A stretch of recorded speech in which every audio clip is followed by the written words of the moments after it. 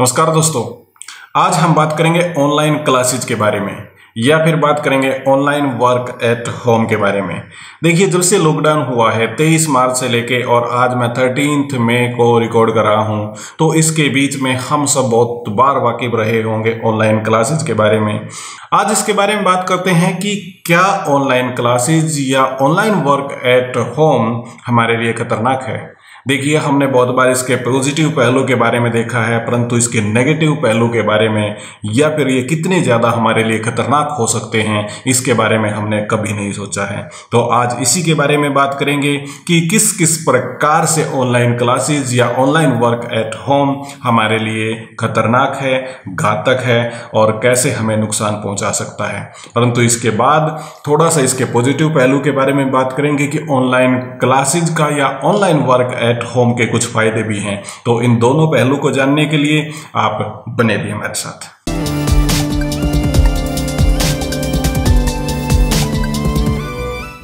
एक बार फिर से आपका स्वागत है। देखिए कि किसी भी चीज को समझने के लिए हमने ना दोनों पहलू को टटोलना होगा, क्योंकि हमने इसके पॉजिटिव पक्ष के बारे में बहुत बार सुना है और देखा है और हमने इसके बारे में काम भी किया है।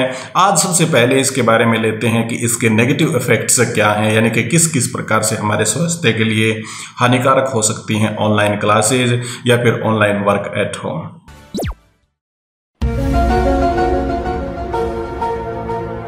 देखिए दोस्तों, इसमें तो कोई दो राय नहीं कि जिस प्रकार से हमारे बच्चे स्कूल में जाते हैं या कॉलेज में जाते हैं, तो वहाँ पे जो उनका वर्किंग हार होता है वो 6 घंटे से लेकर 7 घंटे तक होता है।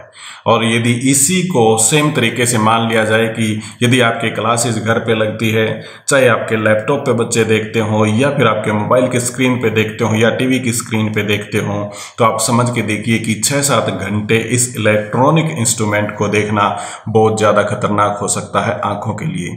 और यदि आप एक मूवी को भी देखते हैं जो 2 घंटे की होती है, तो आपकी आंखें कितनी थकावट महसूस करती हैं ये आपने टीवी में देख लिया होगा। और आपको पता ही होगा कि ज्यादातर स्क्रीन को देखते हुए हमें नुकसान भी होता है। हमारा हेल्थ का क्या नुकसान होता है कि हम कई बार तो अपने कंप्यूटर की जो स्क्रीन होती है उसके ऊपर एक पर्दा सा लगाते हैं, यानी कि अल्ट्रा वायलेट रेज का एक कवर लगाते हैं, जिसके कारण हमारी आंखों को कम से कम नुकसान हो सके।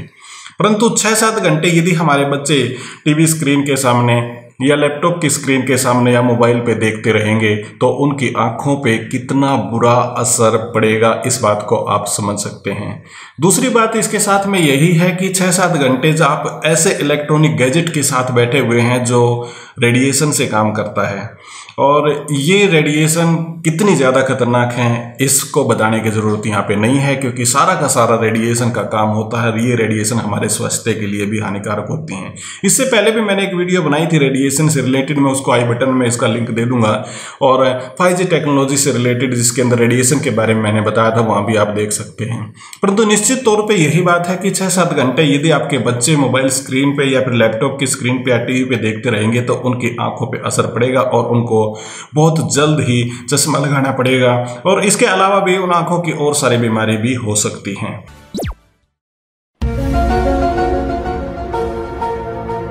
दूसरी जो सबसे बड़ी खामी है वो फेस टू फेस इंटरेक्शन की है। देखिए, यदि बच्चे क्लास में होते हैं या फिर हम किसी कंपनी के अंदर होते हैं, ऑफिस के अंदर होते हैं, तो हमारे सामने जो भी कैंडिडेट होता है हम उसके साथ फेस टू फेस इंटरेक्शन करते हैं। ऑनलाइन क्लासेस के अंदर ऐसा कुछ होता नहीं है, यानी कि फील भी नहीं होता है। और इसके अंदर जो ज़्यादा होशियार बच्चे होते हैं, यानी कि ज़्यादा इंटेलिजेंट बच्चे होते हैं, वो अपनी स्क्रीन को फिक्स कर देते हैं, जिसके अनुसार ये लगता है कि बच्चा ध्यान से सुन रहा है, परंतु वास्तव के अंदर वो हो सकता है गेम खेल रहा हो या हो सकता है वो बाकी अदर एक्टिविटी में पार्टिसिपेट कर रहा हो, क्लास के अंदर उसका ध्यान ना हो। और यदि उसको कोई समस्या आती है, यदि उसको कोई क्वेश्चन पूछना है अपने टीचर से, तो भी उसे इलेक्ट्रॉनिक मीडियम पे ही डिपेंड होना पड़ता है। यानी कि जो फेस टू फेस इंटरेक्शन होना चाहिए था टीचर और स्टूडेंट्स का, जो फीलिंग आनी चाहिए थी, जो बैठ के ऐसा महसूस होना चाहिए था कि हम क्लासरूम में हैं या फिर किसी ऑनलाइन मीटिंग में हैं या फिर हम ऑफिस की मीटिंग में हैं, वो फील नहीं आती, यानी कि फेस टू फेस इंटरेक्शन का बहुत भारी खामियाजा यहाँ पे भुगतना पड़ता है। इसके साथ में जो बच्चे ऑनलाइन क्लासेस लगाते हैं उनको पता होगा कि उनको वो इन्वायरमेंट नहीं मिल पाता।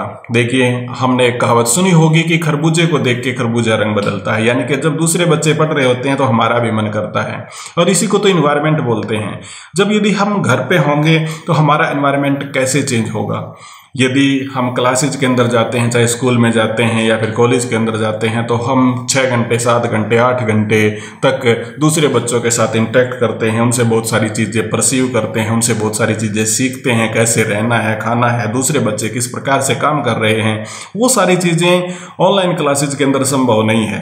तो ऑनलाइन क्लासेज का दूसरा बड़ा खतरनाक रूप ये है कि ना तो इसके अंदर फेस टू फेस इंटरेक्शन होता है और ना ही हमारे बच्चों को वो प्रॉपर एनवायरनमेंट मिल पाता है जिसके लिए हम उनको स्कूल और कॉलेज में भेजते हैं।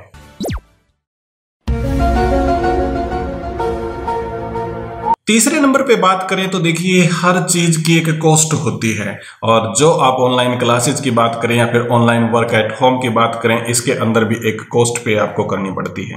पहली बात क्या है कि यदि मैं इंडिया के कंट्रास्ट में आपको बताऊं तो इतना ज्यादा इंटरनेट फास्ट नहीं है। हम ज्यादातर जियो पे डिपेंड करते हैं, परंतु जियो का कितना ज्यादा बुरा हाल है और किस प्रकार से जियो काम कर रही है हम इस सब से वाकिफ हैं। जियो की स्पीड बहुत ही मरी हुई हो चुकी है आजकल, और मैंने इससे रिलेटेड भी एक वीडियो बनाया था कि जियो की स्पीड पर्टिकुलरली मेरे एरिया के अंदर कितनी है। यदि आपने वो देखनी है तो आई बटन में जाके आप उसको भी देख सकते हैं। इसके साथ में इंटरनेट जो आप लेते हैं उसका आपको पे भी करना पड़ता है। अब यहाँ पे दोहरी मार हो गई है पेरेंट्स के ऊपर जिनके बच्चे स्कूल या कॉलेज में हैं। पहली बात तो उनको स्कूल को फी पे करनी पड़ रही है, और दूसरी बात इनको बड़े बड़े इंटरनेट पैक भी खरीदने पड़ रहे हैं, जो एक पेरेंट्स के ऊपर बोझ ही है। इसके अलावा आप ये देखिए कि अकेला इंटरनेट से काम नहीं चलता है, जबकि और भी कई चीज़ें हैं, जैसे गैजेट आपको प्रॉपर खरीदना पड़ेगा। आजकल जैसे हरियाणा गवर्नमेंट है या फिर बाकी गवर्नमेंट की भी बात करें, सरकारी स्कूलों की बात करें तो सरकारी कॉलेजों की बात करें, वो ज़्यादातर ऑनलाइन क्लासेस दे रहे हैं। व्हाट्सएप के माध्यम से उनके पास होमवर्क, स्टूडेंट्स के पास होमवर्क जा रहा है, या फिर टीवी के माध्यम से बता रहे हैं। तो बहुत सारे पेरेंट्स के पास तो गैजेट ही नहीं है, यानी कि उनके पास प्रॉपर मोबाइल नहीं है जिनके अंदर मतलब वो व्हाट्सएप वर्क या फिर यूट्यूब वर्क या फिर बाकी ऑनलाइन क्लासेज जिसको जूम ऐप वगैरह चला सकें। तो ये एक बहुत बड़ी खामी है। पहली बात तो उनके पास गैजेट है नहीं, और यदि उनको गैजेट खरीदने पड़े तो ये एक एडिशनल 10,000 से लेके 50,000 रुपये तक का एक एडिशनल पेरेंट्स के ऊपर बोझ ही है। और इसके अलावा ही बात खत्म नहीं है, इसके अलावा भी सॉफ्टवेयर भी चाहिए। सॉफ्टवेयर की भी एक अपनी कॉस्ट है। अब सारे के सारे सॉफ्टवेयर फ्री नहीं हैं, तो ये सब पे करना पड़ता है पेरेंट्स को, या फिर आप इसको दूसरे मायने में मान लें कि स्टूडेंट्स को। और यदि आप किसी कंपनी में काम करते हैं तो हो सकता है आपको ये चीज़ें सॉफ्टवेयर वगैरह तो फ्री में मिल जाए, परंतु गैजेट और आपको इंटरनेट यूसेज के पैकेज आपको खुद ही खरीदने पड़ेंगे। तो ये भी एक एक्स्ट्रा भार है और नुकसानदायक है, यानी कि एक डीमेरिट है ऑनलाइन क्लासेस की और ऑनलाइन वर्क एट होम की।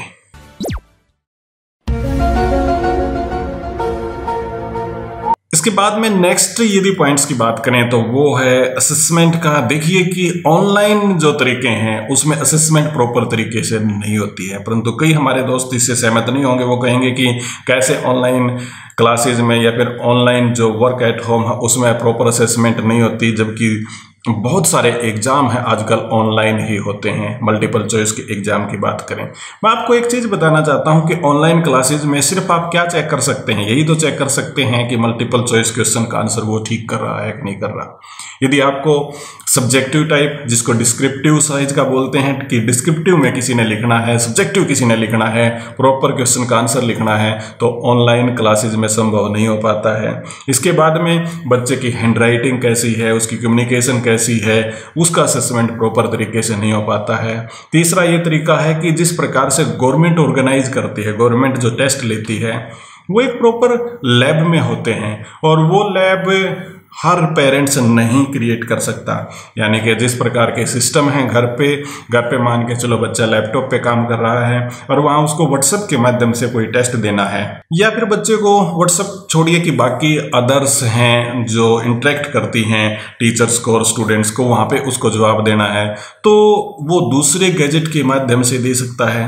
यानी कि उसके सामने दूसरा गैजेट हो सकता है, किसी दूसरे की हेल्प ले सकता है। यानी कि जिस प्रकार से गवर्नमेंट टेस्ट ऑर्गेनाइज करती है उस प्रकार का टेस्ट वहाँ पे संभव नहीं है, क्योंकि वो प्रॉपर एक लैब होती है, वहाँ पे इंक्वायरी होती है, सुपरवाइजर होते हैं, जबकि घर पे संभव नहीं है। तो प्रॉपर तरीके से असेसमेंट नहीं हो पाता है ऑनलाइन क्लासेज में या फिर ऑनलाइन वर्क एट होम में। तो ये भी एक बड़ी खामी है, लिमिटेशन है ऑनलाइन क्लासेज की।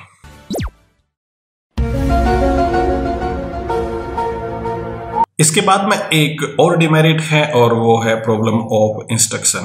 देखिए ऑनलाइन क्लासेज में या ऑनलाइन वर्क एट होम में इंस्ट्रक्शन में कहीं ना कहीं कमी रह जाती है। जिस प्रकार से क्लासरूम का एक बिहेव होता है, जिस प्रकार से टीचर वहाँ पे इंस्ट्रक्ट बच्चे को कर सकता है और ज़रूरत पड़े तो चाइल्ड कर सकता है, ज़रूरत पड़े तो अपना ऑप्शन बदल सकता है, तो वो टाइप के इंस्ट्रक्शन ऑनलाइन क्लासेज में संभव नहीं है। कई बार ऐसा होता है कि हम बच्चों को देख के, उनके चेहरे को देख के अपने एक्सप्रेशन बदल लेते हैं, अपनी स्टोरी चेंज कर लेते हैं, या फिर उनको पढ़ाने का तरीका बदल लेते हैं, जबकि ऑनलाइन क्लासेज के अंदर ये संभव नहीं है। इसके साथ में एक और प्रॉब्लम हमारे सामने आती है कि हमारे इंडिया के अंदर देखा जाए तो हम प्रॉपर तरीके से इन टूल्स का यूज नहीं कर पाते हैं। हालांकि बच्चे थोड़े से हमारे से तेज हैं, परंतु टीचर्स, यदि मैं अपनी बात करूं तो जब हमने चाइल्डहुड अपना व्यतीत किया था, यानी कि हमने अपना बचपन जो बिताया था, उस समय पे गैजेट थे ही नहीं। तो बहुत सारे ऐसे हमारे दोस्त होंगे जो प्रॉपर तरीके से यूज नहीं कर पाते, यदि वो यूज कर भी पाते हैं तो इतने फ्रिक्वेंटली उनको यूज नहीं कर पाते हैं, यानी कि इतने ज़्यादा, इतने बढ़िया तरीके से फैमिलियर नहीं है इन गैजेट से। तो इसलिए एक और प्रॉब्लम आ जाती है इस सॉफ्टवेयर को चलाने के लिए, या फिर ऑनलाइन क्लासेज को प्रॉपर तरीके से हैंडल करने के लिए, या फिर इंस्ट्रक्शन देने के लिए।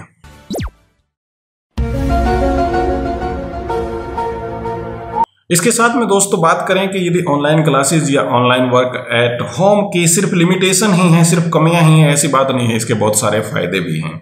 और यदि आप सोच के देखिए कि यदि आप ऑनलाइन क्लासेज में हैं तो कई सारे फायदे आपको हो सकते हैं। मान के चलो आपने कोचिंग लेनी है या फिर आपके बच्चों ने कोचिंग लेनी है और वो कोटा वगैरह और कहीं भी, जैसे इस प्रकार लॉकडाउन में बहुत सारे बच्चे वहाँ पे फंसे हुए थे, तो मान के चलो बच्चे वहाँ पे हैं, वहाँ पे उनको जाना पड़ा, फिर अटेंड करनी पड़ी, और यदि उनको वही सेम ऑनलाइन कोचिंग घर पे मिल जाए तो क्यों जाएंगे?